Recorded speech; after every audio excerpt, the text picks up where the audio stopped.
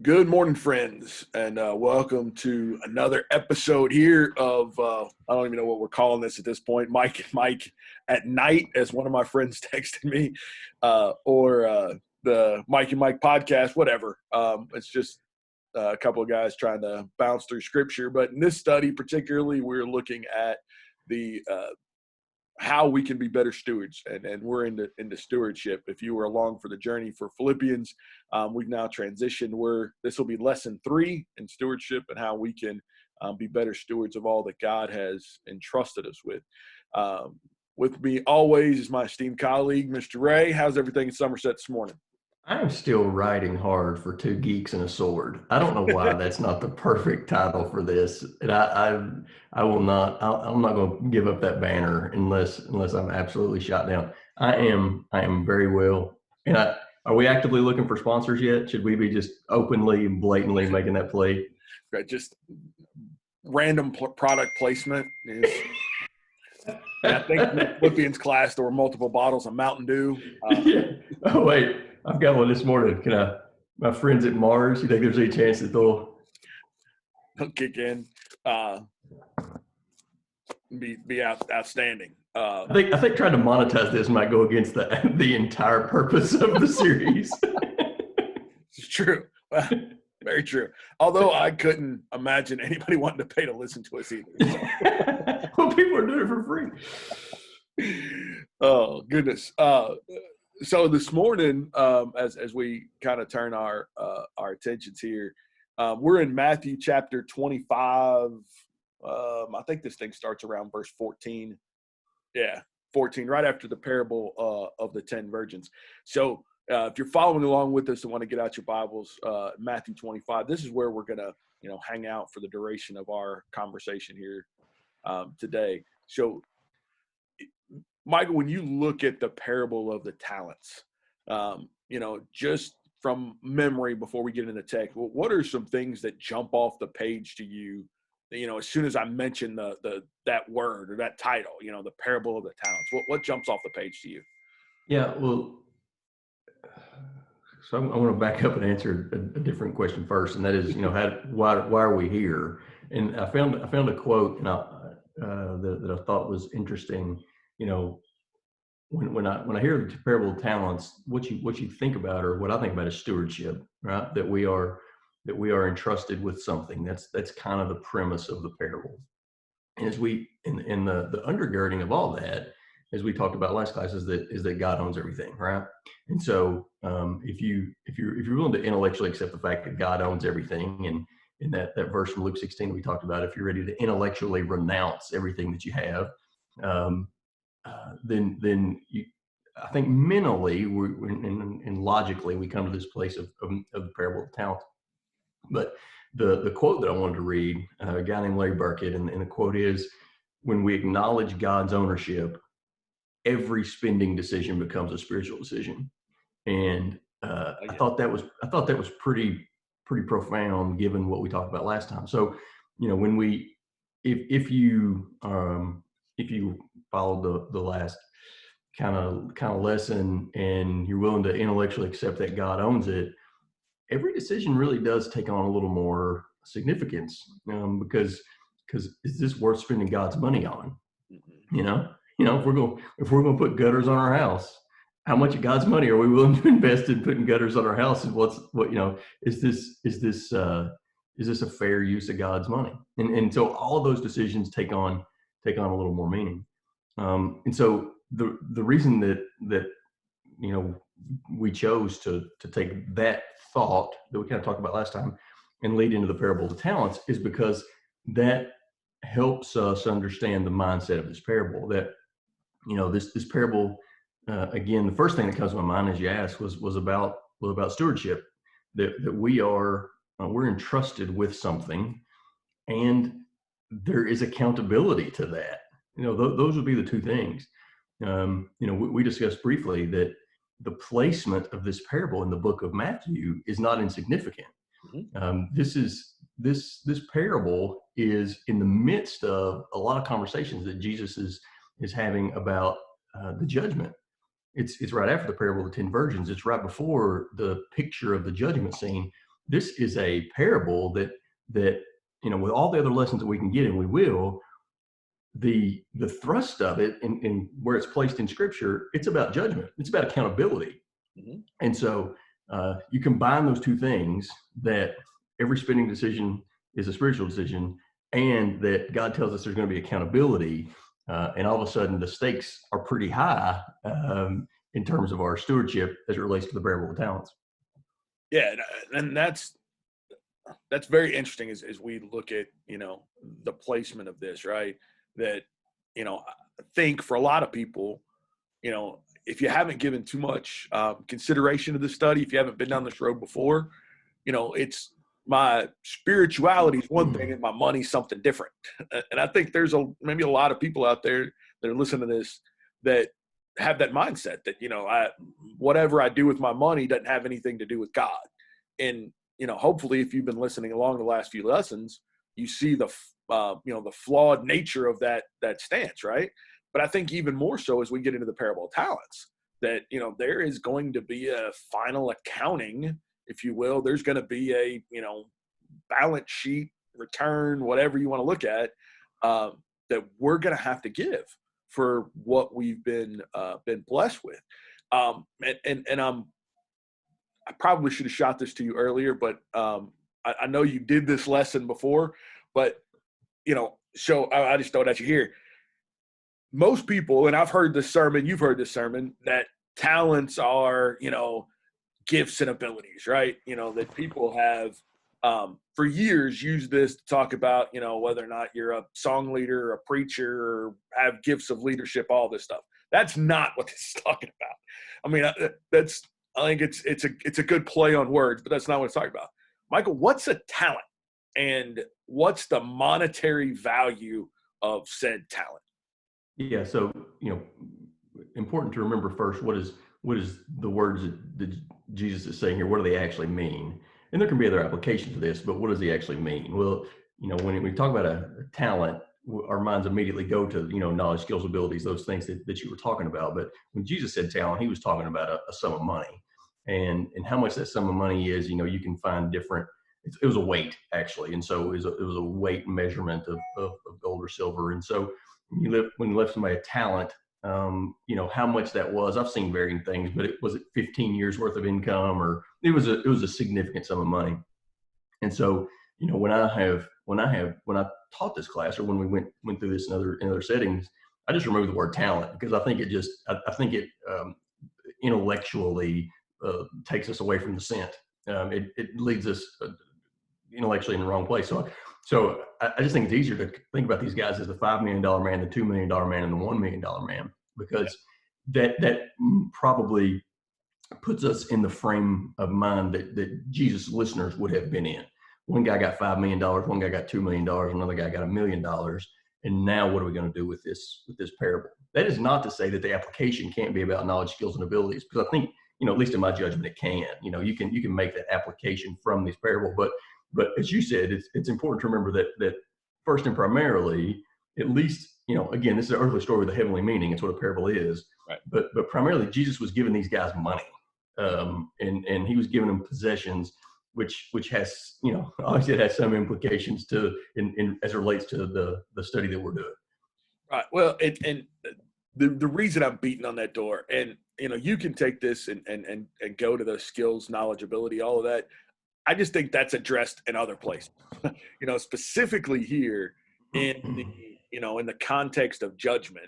When you look at, I'm glad you came back to those numbers, because that's kind of what I was hoping you did, is, 5 million, 2 million, or 1 million, why those sound like very large numbers. Here's the thing.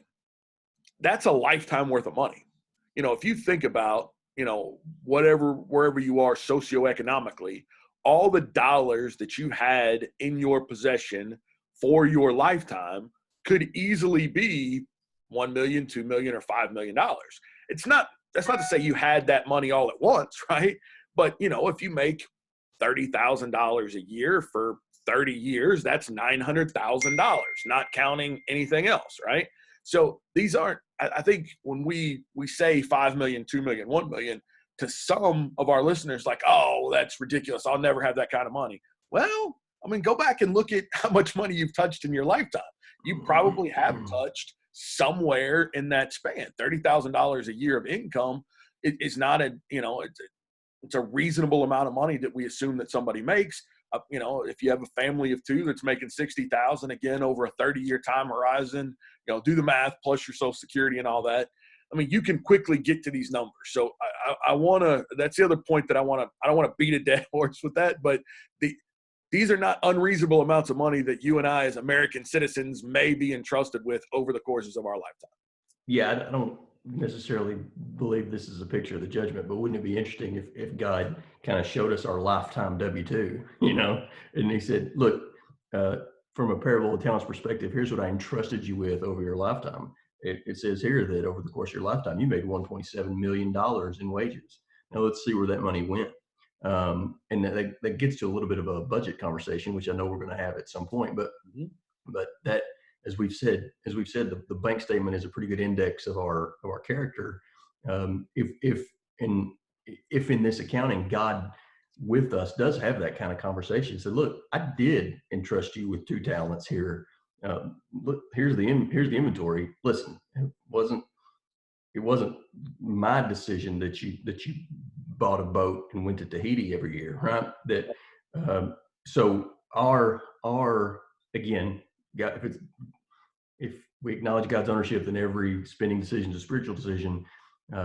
When we acknowledge God's ownership, we also acknowledge God's accountability of those funds, and that's the parable of the talents. Right, and so that's the first thing that jumps off the page to me. The second thing is that one, there is the what it is, but two, is the final accounting, right? There is an expectation of return. There was when the master comes back, right? There was an expectation that he got more than just his money back. Right? The knock on the 1 talent guy was, out of fear, out of trepidation, out of worry, out of whatever, that there was some reason that he had that he went and just buried it and just gave it back. Which, the interesting part about that is I wonder over our lifetimes if we even have the coin to give back what we were actually entrusted with, or it's to quote that terrible movie Dumb and Dumber. I don't know if you've seen that, Michael, but anyway, in the movie, these guys spent some money they found in a suitcase, and when they open the suitcase, when the investigators find it, this is better than money. This is full of IOUs, right? They just had a bunch of IOUs in there. There was zero money. There was just a bunch of debt and receipts. So, Jesus, you entrusted me with $1 million over my lifetime. And instead, here's the debt that I have where I've leveraged this $1 million into 3 or 4 million. Yeah, I'm not prepared for a Dumb and Dumber response. You can continue with your next point. It's terrible. You need to do your studying. I'm not that mentally agile. Can't believe you're not prepared to discuss the fine qualities of that cinema. So quickly run through the story. Michael, give for those that haven't read through this in a while, why don't you give the Reader's Digest version here of the Parable of Talents? Yeah, so, and we've already discussed a lot of this, but I'll do this briefly. Jesus is giving this parable. Again, a parable is an earthly story with a heavenly meaning, and it's in the midst of parables about the judgment. He says, for it, and you got to kind of know that. Verse 14, it is like a man going on a journey. Well, what is it? Well, I think if you back up to chapter 25, verse 1, the context is we're still talking about the kingdom of heaven. What that is what we are setting side by side. That's what we're analyzing here. For it, the kingdom of heaven is like a man going on a journey. And so he brought his slaves and he gave them property before he went on a journey. These are servants. This is the master's property. He allocates it in verse 15 according to their ability. I think that's an important point of the passage. So he allocates this money to his servants. Again, I'm going to talk in terms of million because I think it keeps us on the track. 5 million to one servant, 2 million to another, and 1 million to another. And he goes away, and it says for some time. And when he comes back, The $5 million man has invested his money and has a $5 million return, and he is rewarded. The $2 million man has invested his money, has a $2 million return, he's rewarded. The $1 million man has buried his money in the ground. Safety and security is good, but his return is not good, and he is punished. In fact, what he has is that the $1 million that he has is taken from him and given to the now $10 million man. But why did he do this? It says because he was scared. He was scared of the master. He was scared of not. At least that's the reason given in the parable. I was afraid, and I went and hid your talent on the ground. And he, this worthless slave, and that's what the master calls him, is thrown into outer darkness. And so, that's the earthly story about this master giving his servants property. And so it's our responsibility as Bible students to make sure that we correctly identify the heavenly meaning. And no question, we're talking about judgment here, but I guess I would put it in your lap, Mike, to say, what is the heavenly analogy here? If is this just talking about doubling your money on return on God's assets? And the quick and dirty answer would be yes, right? That I think the expectation is from what we're doing in the kingdom that there's got to be investment and there's got to be return, right? If you look at the $1 million man, right? The $1 million man, out of fear, right? I didn't want to do it wrong. I didn't do anything. So I've got no return for you. I didn't do anything out of fear. And I believe that there are a certain number of Christians maybe listening to this podcast that are fearful of what they do and they don't do anything, right? Don't do anything to, help the fatherless and the widows. Don't do anything to, further the cause of the gospel. They just go along, status quo, right? They're afraid to, step out and take some of those leaps versus the, even $2 million man or $5 million man. And I think the other part of that that's interesting is it's according to our abilities. Not everybody is blessed the same. Not everybody's entrusted with the same. And not everybody's return is expected to be the same, right? It's on a percentage basis, maybe it's expected to be the same, but the $2 million man wasn't expected to come in with 10 million. The $5 million man came in with 10 million and it was reckoned as good for the deals that they made and the investments that they did. And there was return in the kingdom, but it's also according to the abilities that we're blessed with. So when I take a step back and say, all right, how does this apply? It's, one, I've got to take inventory of what the master has put in my hands. And two, I need to look at what kingdom investments I'm making. I think sometimes when we use that term and phrase investment, that it's, what I got in the market or what I got in my 401k or what I'm doing in mutual funds or whatnot. But this is about the kingdom, and the investment has to be in kingdom things. So let me throw that back to you then. What are kingdom things that the investment should be based on? Right. And I think that's the key to the parable here, right? What is the heavenly meaning? Because I don't think that what you're trying to say is that that with whatever monetarily or possession-wise God has entrusted us with, that He expects us to return to Him those possessions, right? That our W-2 is expected to be doubled in terms of its dollar value, so we can give that back to God. So what would God be interested in? God has no need of our monetary return. That we go back to Psalm chapter 50, the cattle on 1,000 hills are His.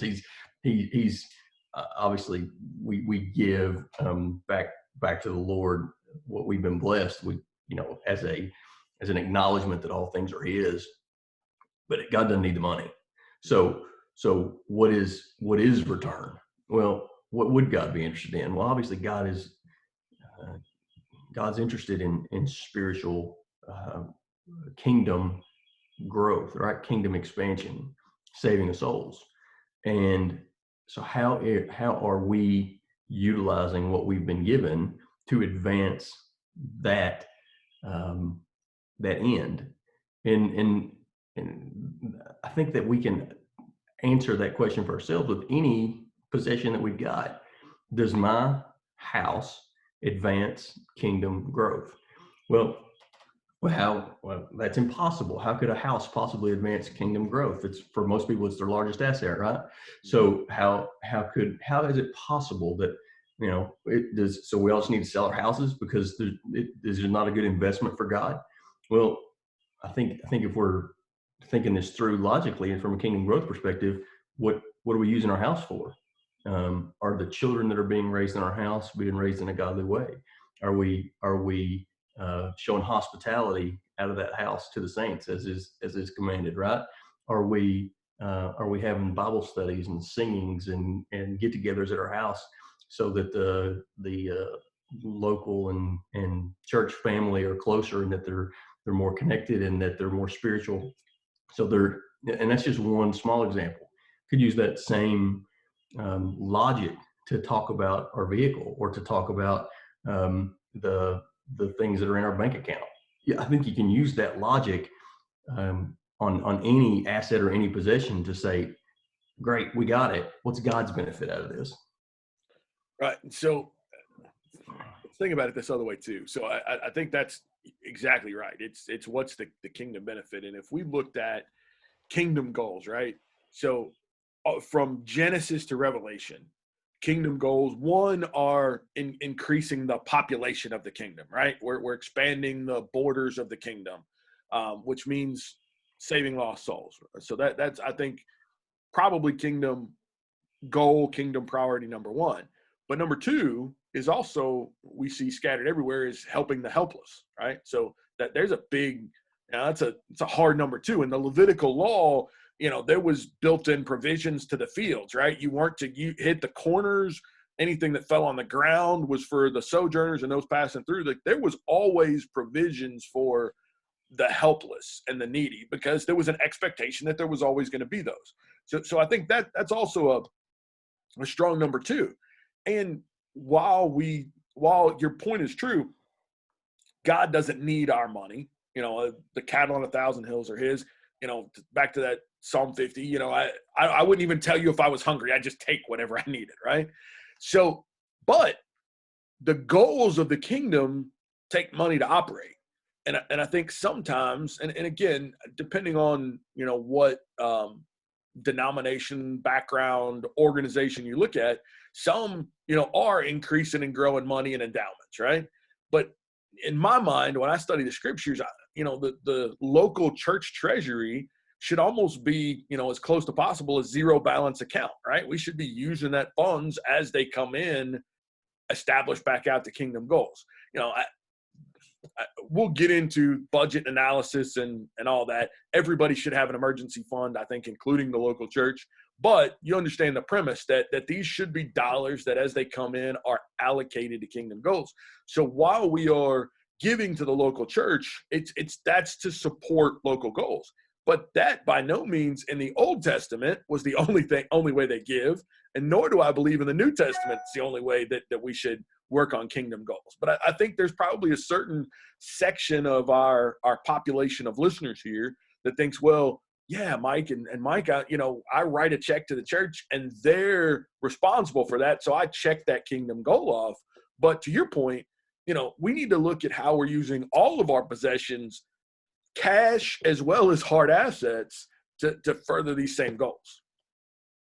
One of the analysis of this parable that I kind of read in preparation for this made an analogy that I thought was very interesting, is that, who would perhaps Jesus have had in mind directly when he gave this parable, and could it have been possible, as in many of the parables, that it was there was at least some association with the Jewish leadership of the day when he talks about the one talent, the $1 million man, and that you think about particularly the Sadducees in Jesus' day, they were blessed monetarily. They were renowned to be wealthy. They had some political power, and forget the material things. These were God's chosen people. They were entrusted with the protection of God's word. And when given the opportunity, when Jesus came to them and said, hey, and especially in the book of Acts, when the apostles came to them and said, hey, we can take this uh, treasured possession of being God's people, and we can spread this around to help others, they were solidly against it. Right.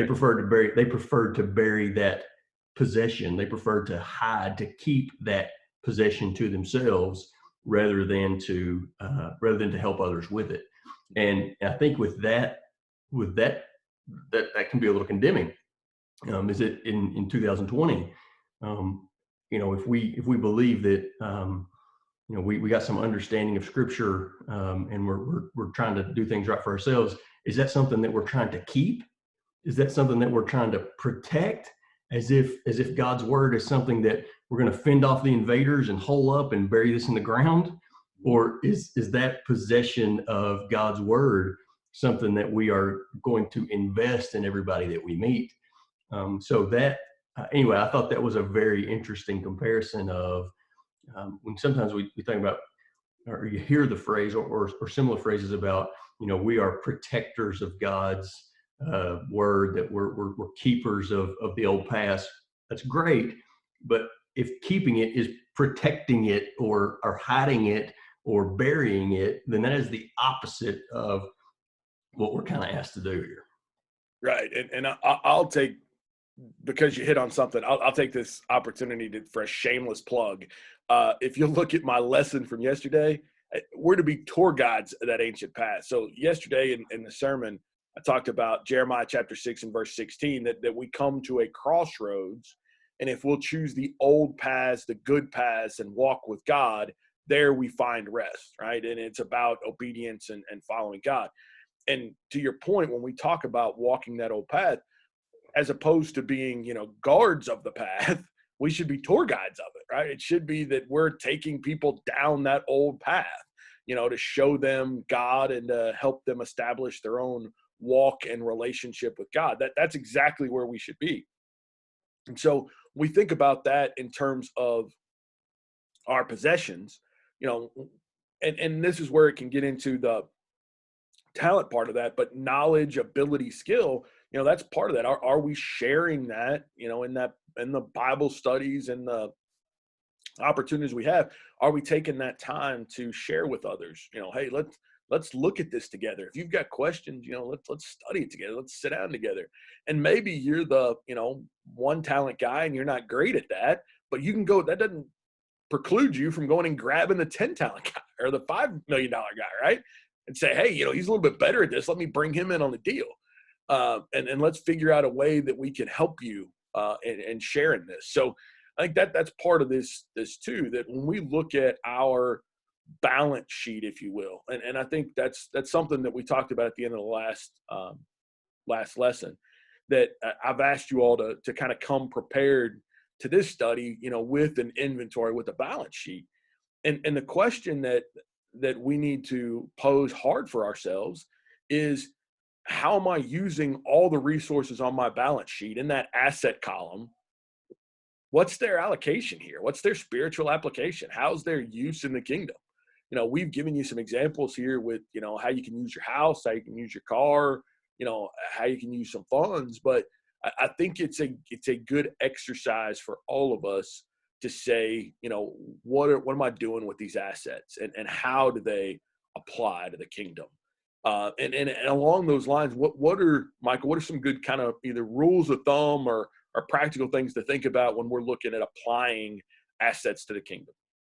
Well, there's a couple things, as we mentioned last time, I don't believe that God is asking us to liquidate all of our assets and give them to the poor, or liquidate all our assets and give them to the local church. I don't think that's the point when he says renounce all that you have. Then remember that we have a responsibility, each of us, especially as men in our households, we have a responsibility to take care of our families, right? And so that's a kingdom goal, that we are, part of what we have been given, right? I'm talking about you and I specifically. Part of what we have been blessed with are children, right? And talk about stewardship. That is something that we are given for a short period of time. Ultimately, they're God's, we're giving them for a short period of time to try to direct them down the right path. Well, part of that in the larger context is making sure that they have a safe, healthy, and secure place to live, that they got enough to eat, and all those things that make their spiritual training possible. And so that is a kingdom goal, right? That what could be more of a kingdom goal than providing that home for your children and for your wife. And so I think God is not he's not blind to the fact that there are very practical things that he provides us with, right? That we should work with our hands, that we may be able to provide for our families. So that's one. That we may be able to have a home that we can share with our families and with others. That in very practical ways. This is not some wild-eyed theology that we're all going to throw our money and live communally. That's not where we're headed. But it is that in addition to the very practical and hopefully in a reasonable way, using our funds, for those, food, shelter, clothing, things that our family needs, that we're beyond that. Again, that every dollar we spend, we're thinking about, is this, this is God's money. Am I comfortable with how I'm using it in this way? Is this something that God would approve of in the use of these funds? And there's some things you hit on there too that I think are important. And it's, I don't mean to get into semantics here, but I think it's important. There's a difference in providing a house for your family to live in and a home, right? And it's when we provide the correct environment for spiritual growth. We can go out and work, 70, 80, 90 hours a week and have a very nice house. But if you're absent from your wife and your children's lives, what are you doing to provide the home and the leadership and the spiritual direction that they need?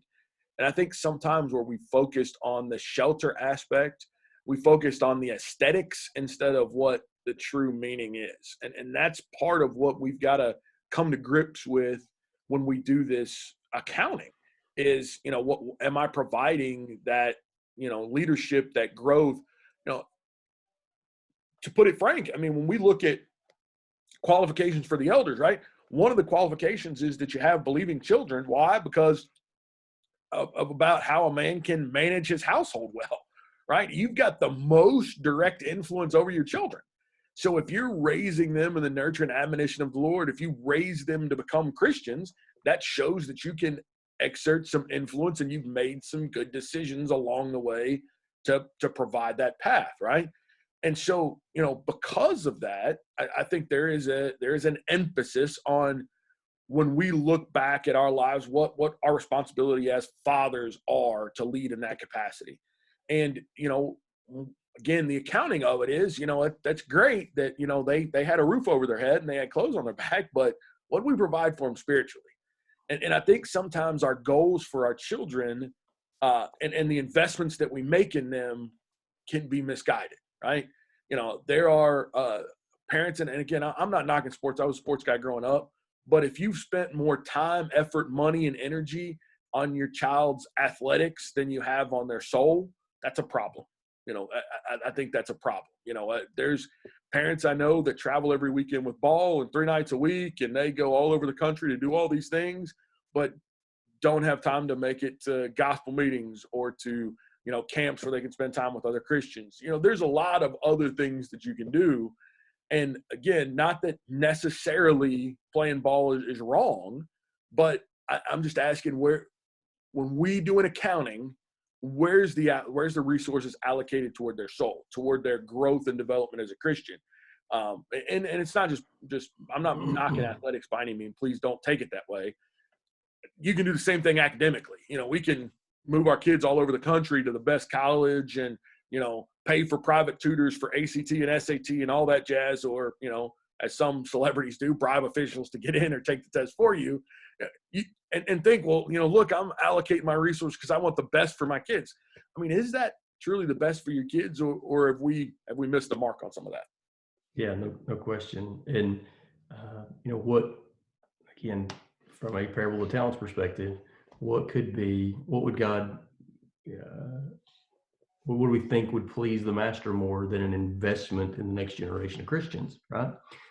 So, just in that phase of our life, was God's going to say about our investment?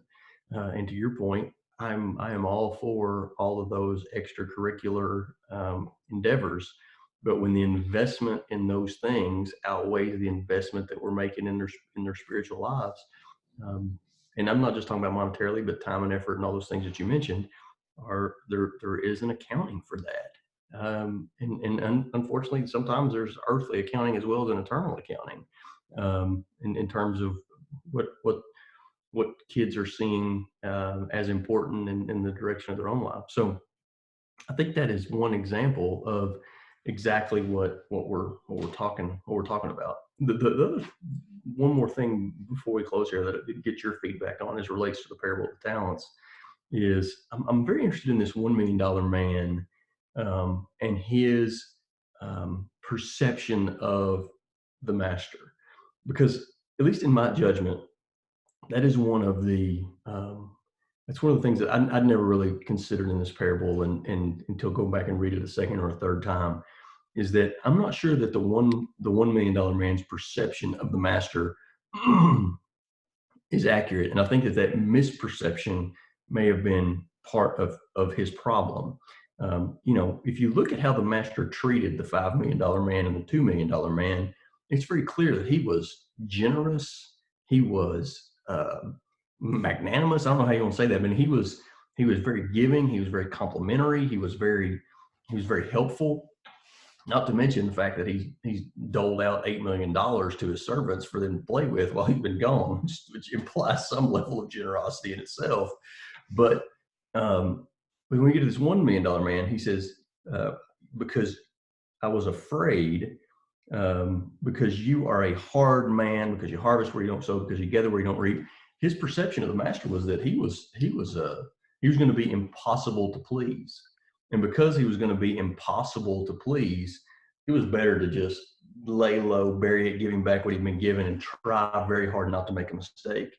And that graceless perception of the master paralyzed him. And so there's two things here. And it's in the same words, because I find it very interesting that the master doesn't disagree with him, right? But it's perception on that. Okay. So, of course, let me read this here. Master, I knew you to be a hard man, reaping where you did not sow and gathering where you scattered no seed. So I was afraid and I went and hid your talent in the ground. Here is what is yours. But his master answered him, said, you wicked and slothful servant. You knew that I reap where I have not sown and gather where I scattered no seed. Then you ought to have invested my money with the bankers. And at my coming, I should have at least received what was my own with interest. So the master's saying, yeah, I've been very, yes, I'm very successful in reaping where I haven't sowing and harvesting where I didn't have any seed. But that's not a hard thing, right? It's the graceless view is, my master's so successful that I'm going to pale in comparison, that I'm just not going to do anything. Whereas the other side of that says, everything my master touches is blessed. So therefore, if I follow the same pattern of my master, then everything that I do is going to be blessed too, right? I mean, and it's two different perceptions of the same exact words. And I think that's exactly where we are. And this is why I think Jesus, in another place here in Matthew, talks about the fact that sometimes just a cup of cold water is all you need. That we don't have to convert the entire country to be successful as Christians. We can sometimes just bring cold water to a distraught soul or a hug to the brokenhearted. Sometimes that's all that we can offer, but that's exactly what's needed at the time. That's why there is reaping where there's not sowing. That's why there's gathering where there's no scattering of seed, is because sometimes it's the small things that yield the biggest part of the investment.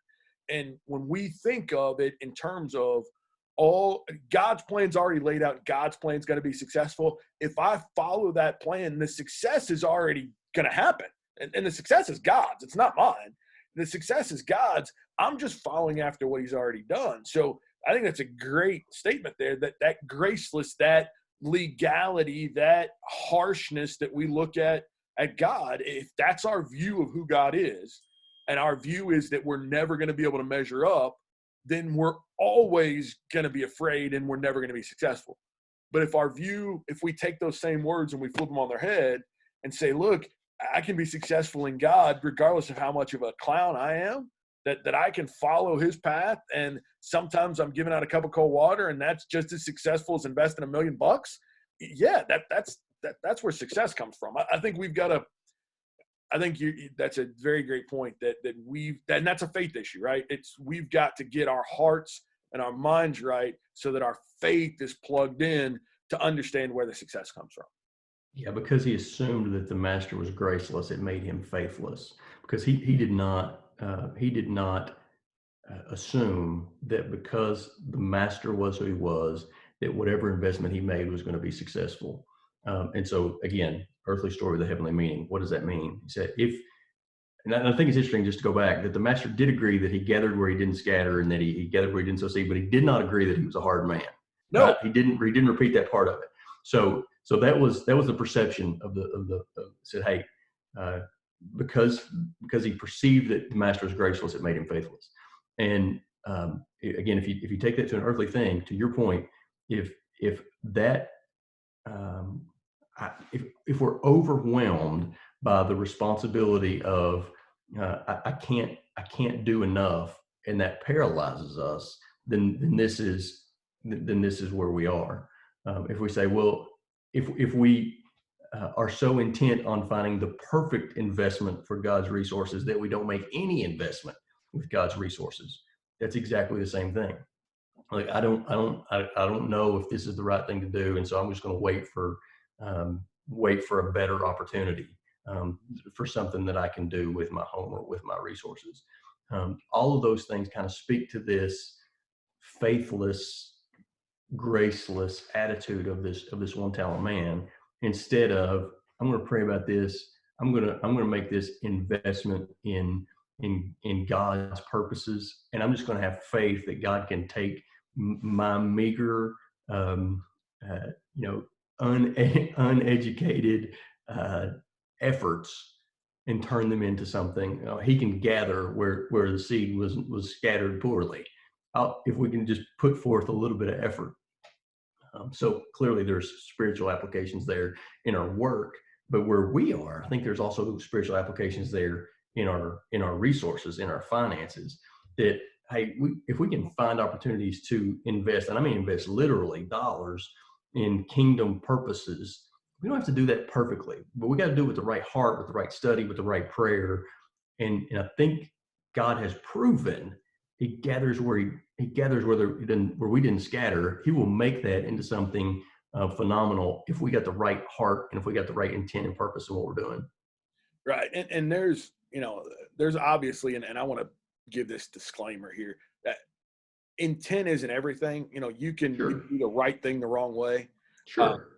So I don't want to leave anybody with the impression that, as long as you're trying hard and you love God, that it's all going to work out. Because, that's the other part of what Michael said is, it's with some study, with the fact that, we look at the path, that old path, and if we'll follow the pattern of God, that's when it's successful.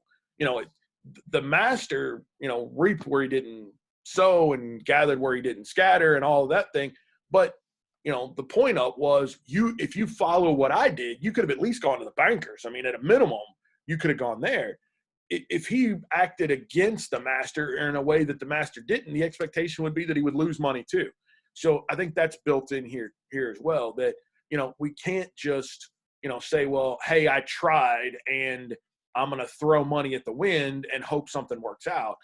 There has to be more to it than that. There has to be following, the plan of finding the right ways to do that. And it's not, I don't think it takes a doctorate level thesis to find that. I just think it takes, open eyes and an open heart. If you'll look, you'll find ways that are responsible and good that you can get involved with. But if you don't look, you're not going to find anything. I mean, so allow me to get hyper practical here. What is pure and undefiled religion? Fatherless and widows, right?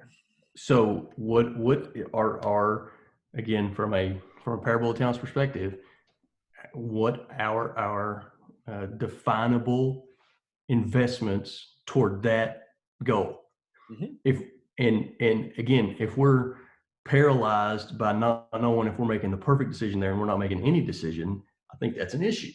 Yeah. That there is a spiritual directive there, and that if we can't point to some real efforts in that regard, I just think that there's some accountability that's coming along the backside of that from a parable of talents perspective.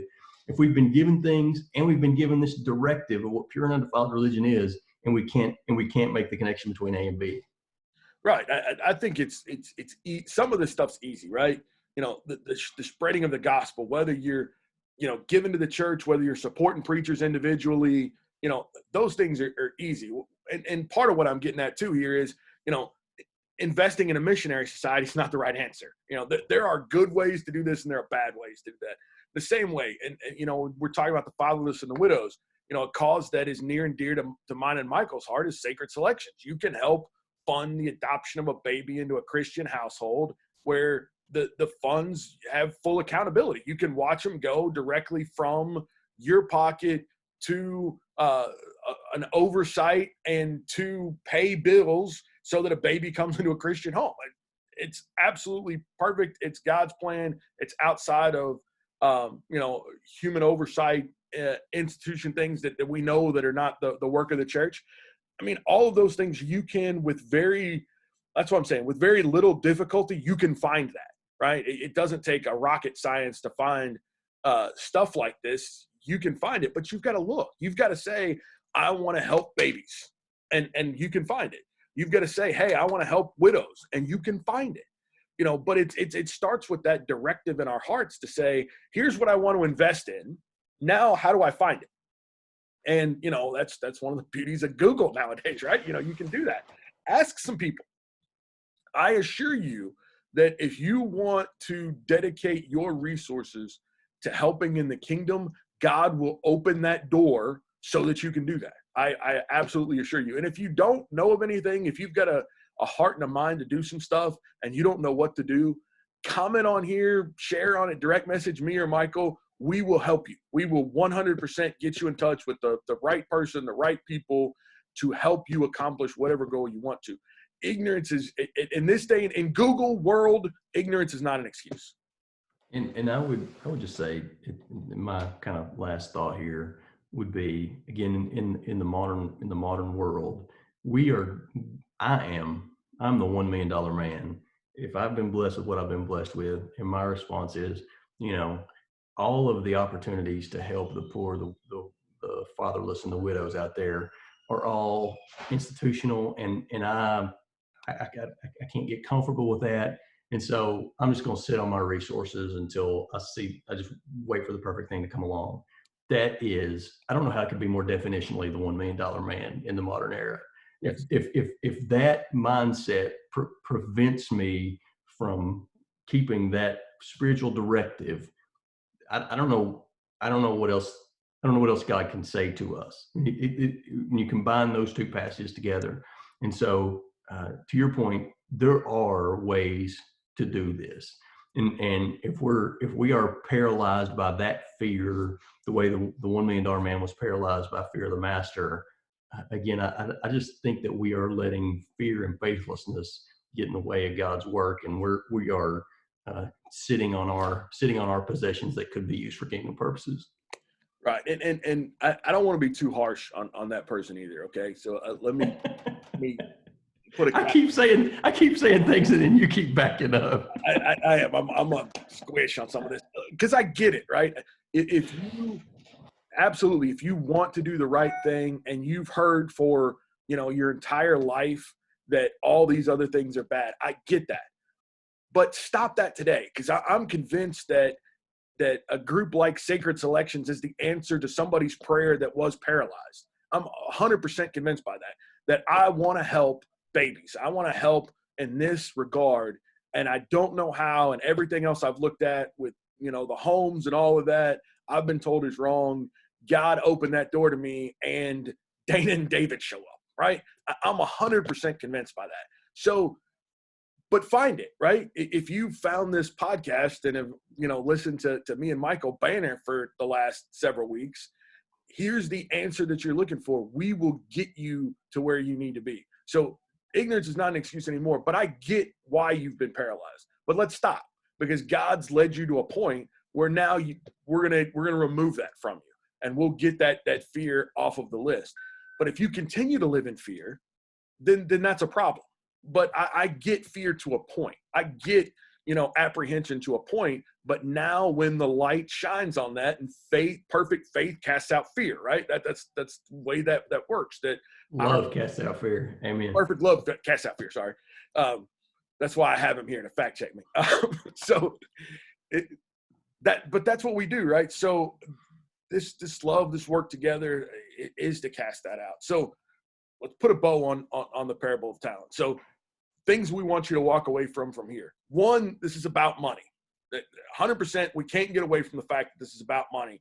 You can take some applications to knowledge, skills, abilities, but first and foremost, Jesus is talking about money because he's very forthright about that. He talks about preparedness and other kingdom parables. He talks about having our stuff ready, but he specifically talks about money, I think, for a reason here. 2, there's going to be a final accounting. These are kingdom parables about the judgment. So there's going to be a final accounting, and we need to be prepared for said final accounting. What are we doing with those resources? And then the third thing is what we've just been discussing here, is if you are lost or afraid or scared or don't know where to start, fire to us. Please contact us. We will be more than happy to help you through this. And I think that leads us to our next class that we're going to do. And Michael, how do you feel about moving from here to tackling budgeting next time? I'm all in, man. Your show. It's our show. Let's not put too much blame on me here.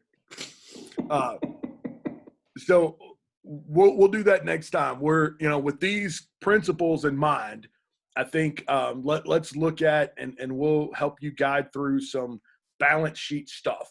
Here's where we are, and we'll take a lot of the concepts we talked about today and make some practical application. We'll look at, as Michael mentioned earlier, for most of us, our largest assets are home. So we're going to list that on our balance sheet and talk about what can we use our home for kingdom goals for.